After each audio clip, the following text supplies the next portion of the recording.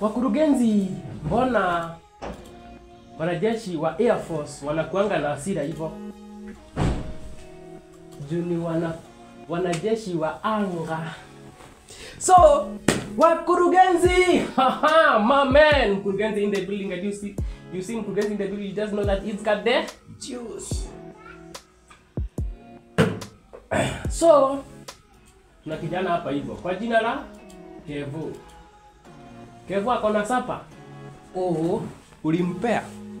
Sasa Kevo ako pale hivyo anapambana na maisha ya campus. Kijana anainama usiku mchana, lakini si kuinama akitembea, kuinama sapa.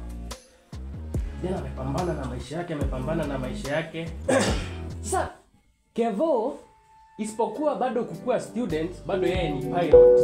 Pale hivyo anaendesha ile ndege ambayo inaitwa Aviator.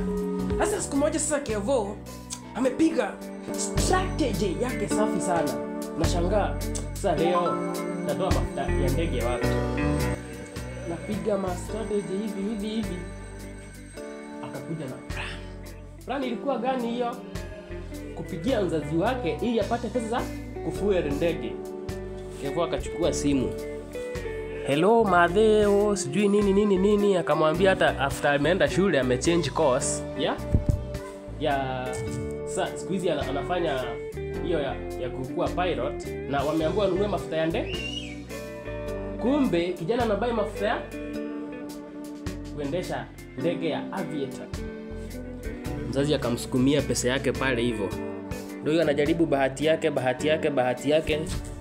But unfortunately kijana akabai mafuta race. Na mtu akibai mafuta race inaenda aje? Ndege inaenda inakosa.